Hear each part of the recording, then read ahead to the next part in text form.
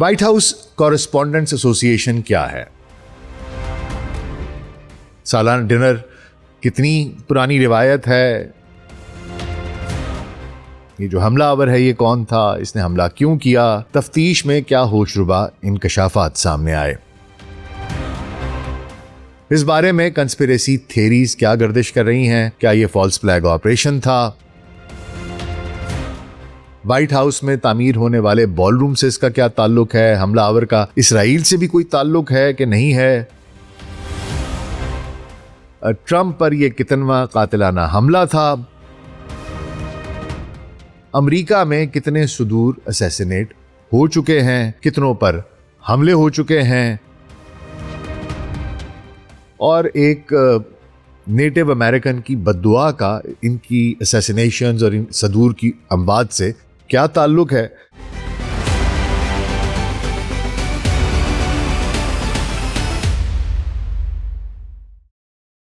Global سیٹ podcast doctor Nasir Baig کے ساتھ آپ کی خدمت میں حاضر ہیں جی۔ السلام علیکم۔ 25 اپریل 2026 کی رات واشنگٹن ڈی سی کے واشنگٹن ہلٹن ہوٹل میں وائٹ ہاؤس کورسپونڈنٹس ایسوسی ایشن کا سالانہ ڈنر جاری تھا۔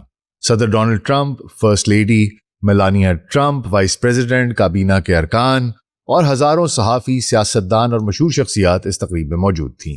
اچانک متعدد ہتھیاروں سے لیس ایک 31 سالہ شخص کول توماس ایلن اس نے سیکیورٹی چیک پوائنٹ پر حملہ کیا اور بال روم کی طرف بھاگا جہاں صدر، ان کی کابینہ اور دیگر مہمان موجود تھے۔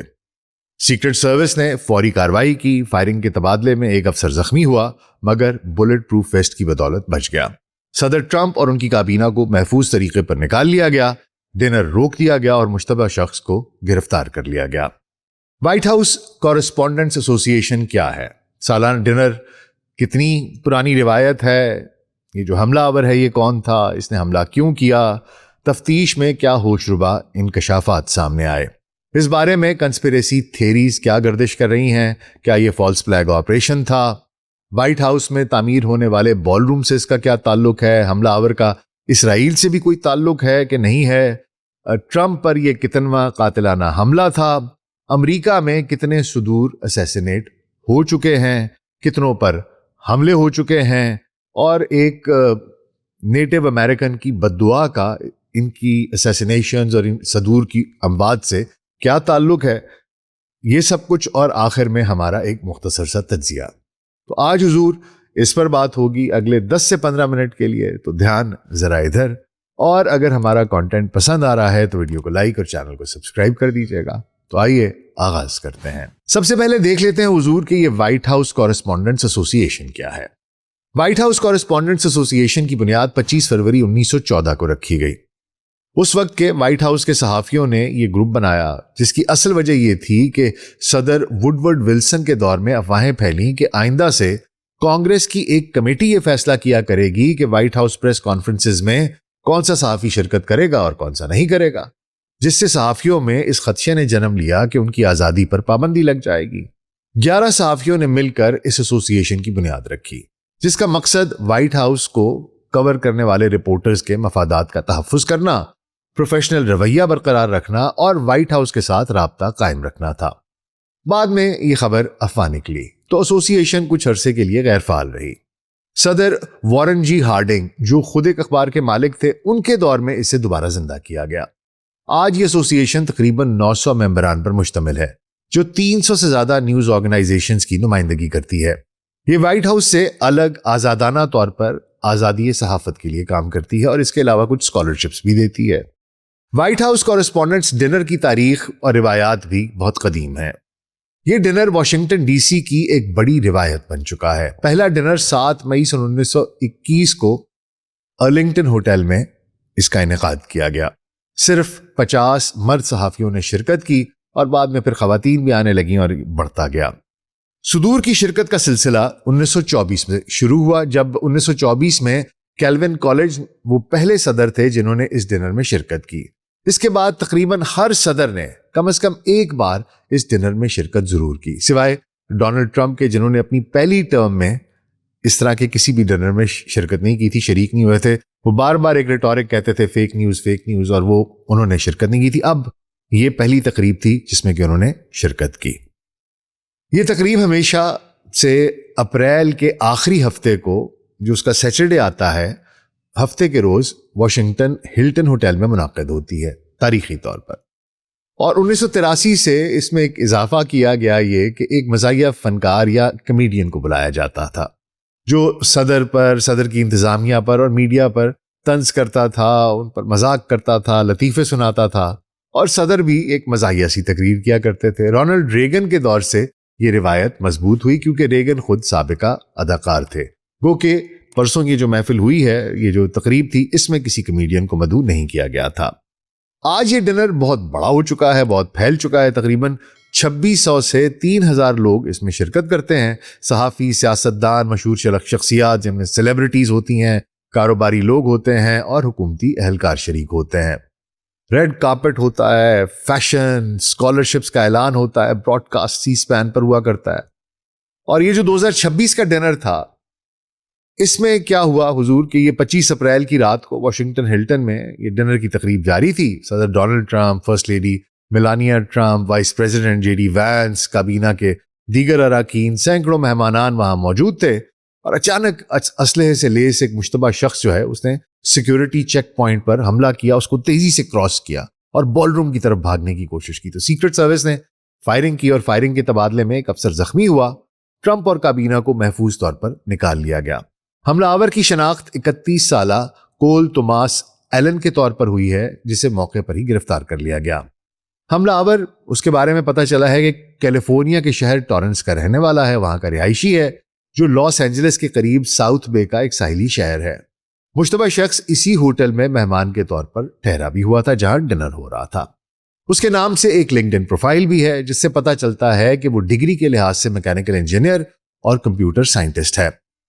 اور دنیا کی پریسٹیجیس ترین university California Institute of Technology سے کیلٹیک کہا جاتا ہے، وہاں سے اس نے 2017 میں میکینیکل انجینئرنگ میں ڈگری حاصل کی. اس کے علاوہ ایلن کے پاس ایک ماسٹرز ڈگری بھی ہے، وہ بھی اس نے کیلیفورنیا کی یونیورسٹی سے 2025 میں حاصل کی ہے، اور یہ کیلیفورنیا ٹائمز جو ہے یہ اس کی تصدیق کرتا ہے.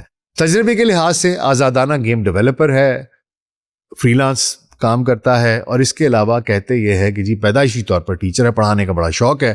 دسمبر 2024 میں Torrance branch of C2 education نے اسے ٹیچر آف دی منتھ کا اعزاز بھی دیا تھا. C2 ایجوکیشن ایک کمپنی ہے جو کالج میں داخلہ لینے کے خواہاں طلبہ کو ان کی ٹیوٹنگ کرتی ہے اور ان کو ٹیسٹ کی تیاری وغیرہ کراتی ہے جو انٹری ٹیسٹ ہوتے ہیں. اچھا، یہ بندہ ایک رجسٹرڈ ووٹر تھا اور وفاقی انتخابی ریکارڈز کے مطابق یہ جو کول ایلن ہے، اس نے 2024 میں کمیلا ہیرس کے صدارتی مہم کے حق میں ڈیموکریٹک پارٹی کی ایک سیاسی الیکشن کمیٹی کو $25 کا عطیہ بھی دیا تھا. کول ایلن نے حملے سے کچھ منٹ پہلے اپنے فیملی ممبرز کو ایک تحریری خط بھیجا، یا اس کو وہ کہا جا رہا ہے کہ یہ اس کا مینیفیسٹو تھا.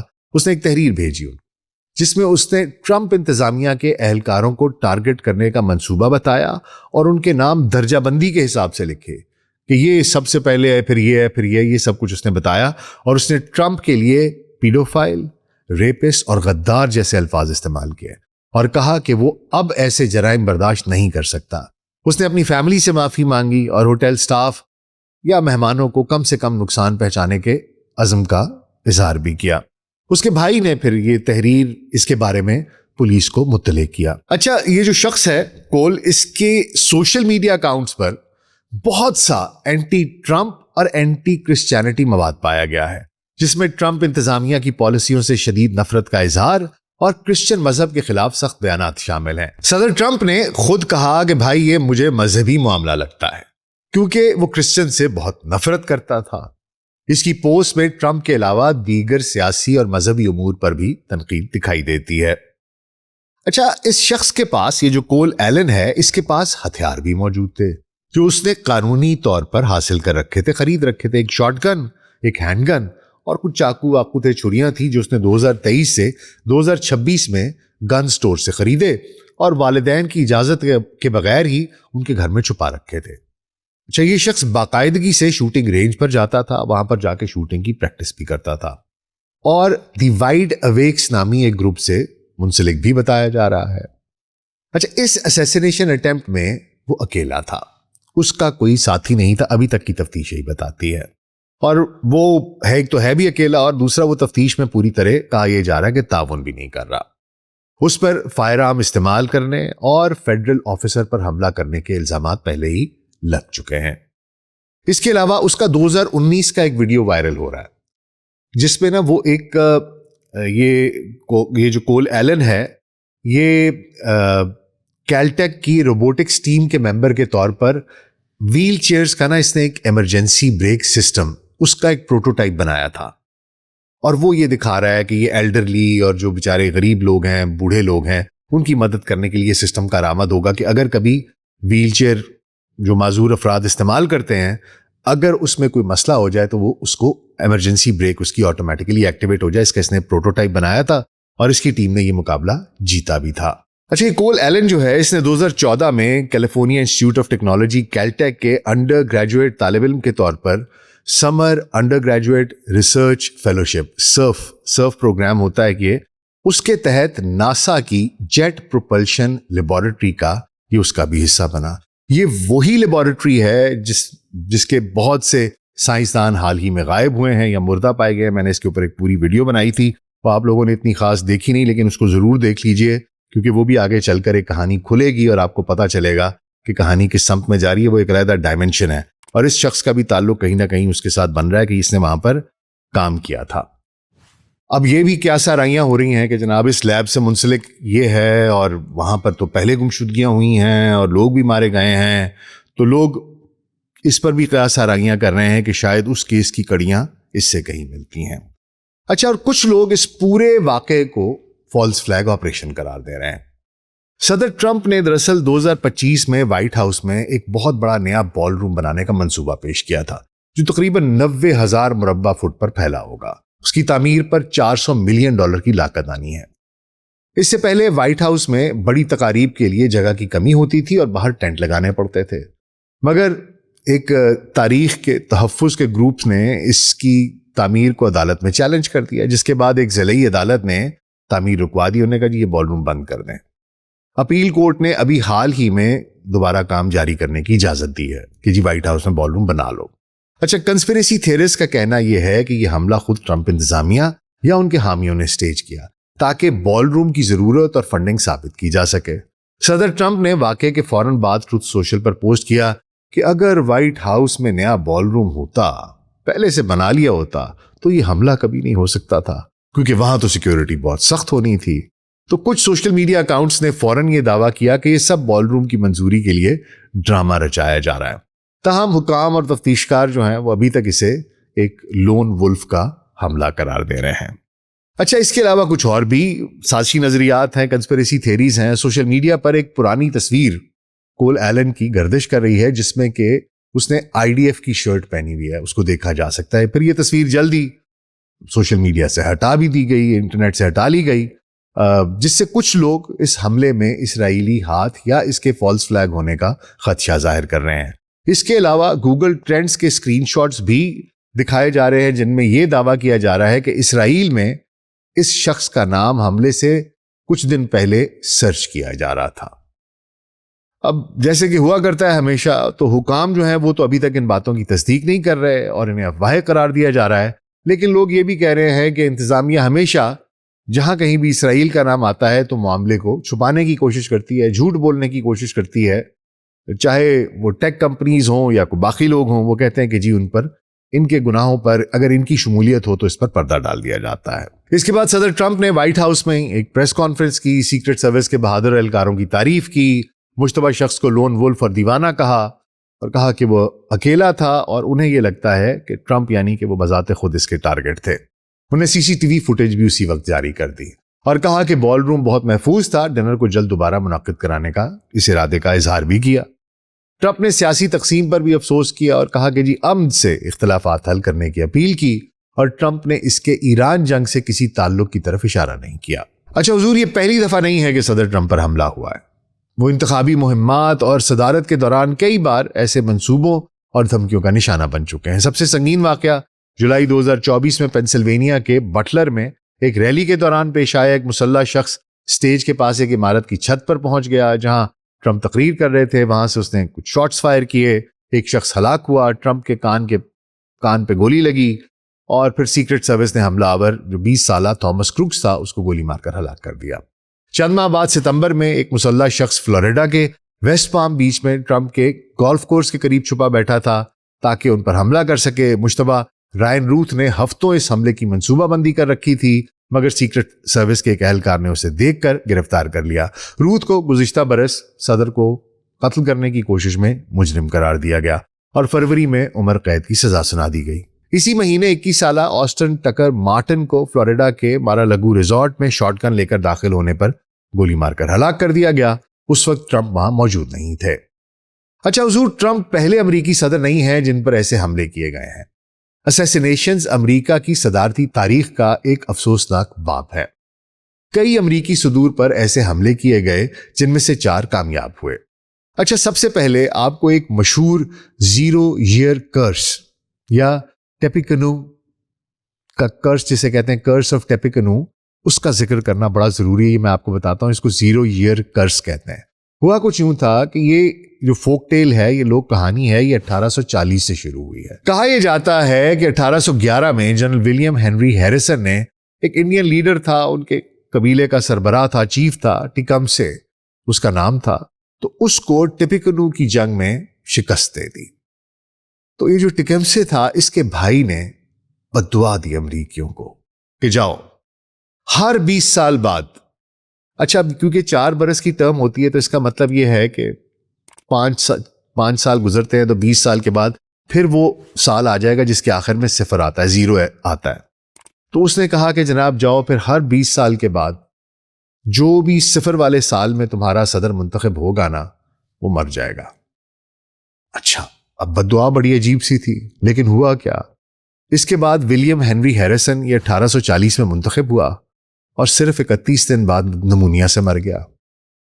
اس کے 20 سال بعد 1860 میں ابراہیم لنکن منتخب ہوا، اسیسینیٹ ہو گیا۔ جیمز گارفیلڈ 1880 میں منتخب ہوا، وہ بھی قتل ہو گیا۔ ولیم مکنلی 1900 میں منتخب ہوا، وہ بھی قتل ہو گیا۔ وارن جی ہارڈنگ 1920 میں منتخب ہوا، وہ قدرتی وجوہات کی وجہ سے مر گیا۔ فرینکلن ڈی روزویلٹ وہ 1940 میں ہوا، برین ہیمریج سے مر گیا۔ جان ایف کینیڈی 1960 میں منتخب ہوا، اس کو بھی قتل کر دیا گیا۔ اور یہ کرس اسی طریقے سے آپ دیکھیے کہ 120 سال تک چلتا رہا، اور پھر آخر رونلڈ ریگن 1980 میں جو منتخب ہونے والے صدر تھے، ان پر آ کر یہ ٹوٹا۔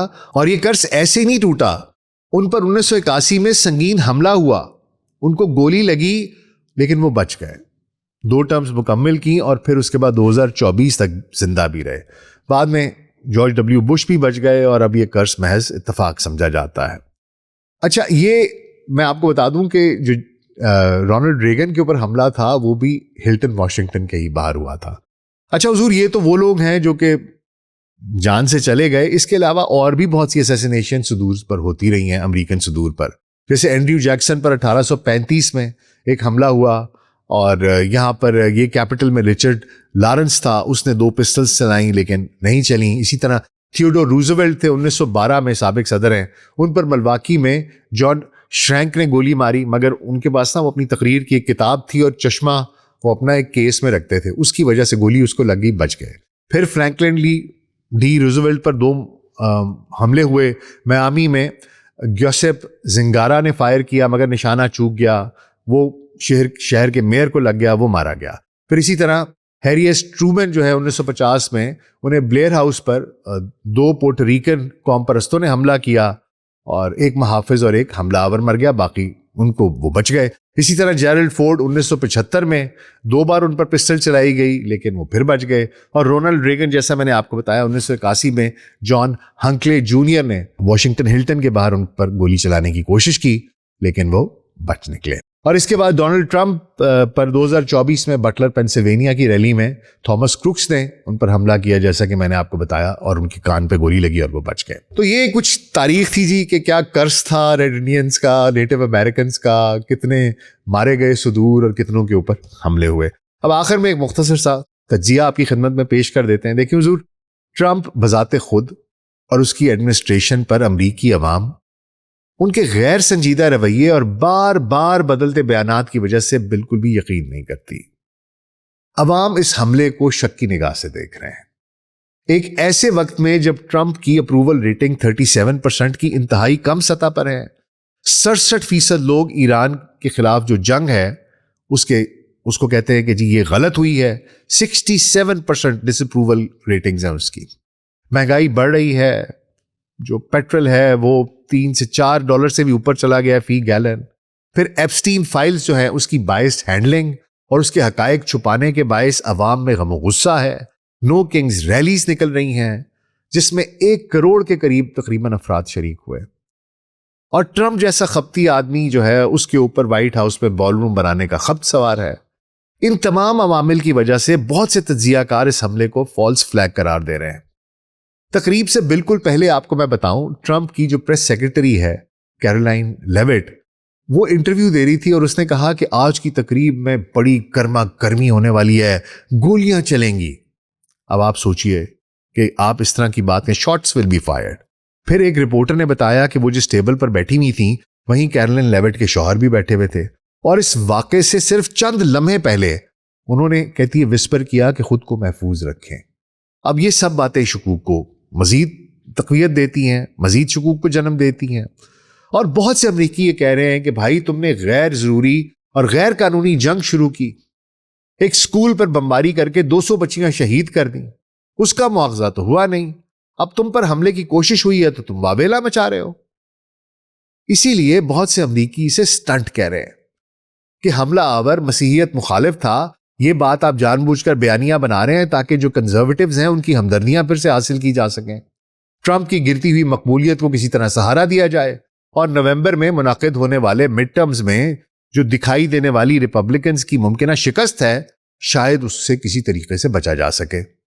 پھر اسرائیل کے ساتھ حملہ آور کے ممکنہ جو تعلق ہے اس کو بھی شک کی نگاہ سے دیکھا جا رہا ہے، کیونکہ جہاں اسرائیل کا نام یا مفاد آ جائے امریکہ میں وہاں حقیقت چھپا لی جاتی ہے، کیونکہ امریکہ میں امریکہ سے زیادہ اسرائیلی مفادات کا تحفظ کیا جاتا ہے۔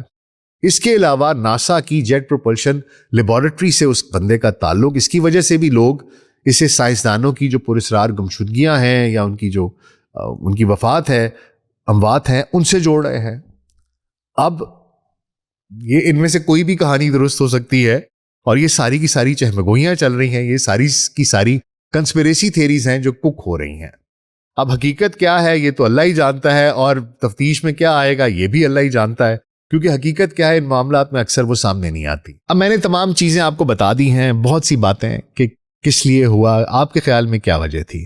کیا واقعی یہ بندہ ایک لون فرسٹریٹڈ شخص تھا اور اس نے خود ہی اکیلے یہ لون ولف نے یہ کام کیا ہے، یا آپ کے خیال میں جو میں نے وجوہات بتائی ہیں ان کی وجہ سے یہ کوئی فالس فلیگ آپریشن ہے، یا اس کا کوئی وہ جو ناسا کی جیٹ پروپلشن لیب ہے اس سے کوئی تعلق ہے؟ آپ کا کیا خیال ہے؟ آپ مجھے کامنٹ میں ضرور بتائیے، مجھے انتظار رہے گا۔ اپنا بہت خیال رکھیے گا، شکریہ۔